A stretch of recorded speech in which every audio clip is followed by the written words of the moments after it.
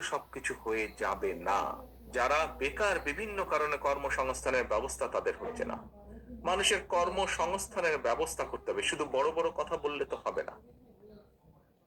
শুধু উচ্চকক্ষ সংসদে উচ্চকক্ষ তৈরি করলেই সমস্যার সমাধান হবে না। আলোচনা হবে, উপায় বের হবে, কিন্তু সেই উপায়কে বাস্তবায়ন করতে হবে। শুধু একজন ব্যক্তি দুইবারের বেশি প্রধানমন্ত্রী হবে না, এই কথা তো বললে হবে না। হলো না প্রধানমন্ত্রী, তাতে পাবলিকের কি যায় আসে?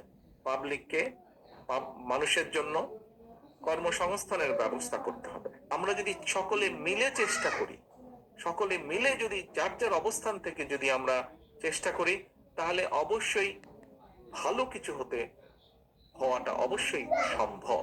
যে আমরা যদি দেশের ভাগ্যের পরিবর্তন করতে চাই, আমরা যদি জনগণের ভাগ্যের পরিবর্তনের কাজ শুরু করতে চাই, তাহলে অবশ্যই আমাদেরকে একটি নির্বাচন প্রক্রিয়ার মধ্যে যেতে হবে।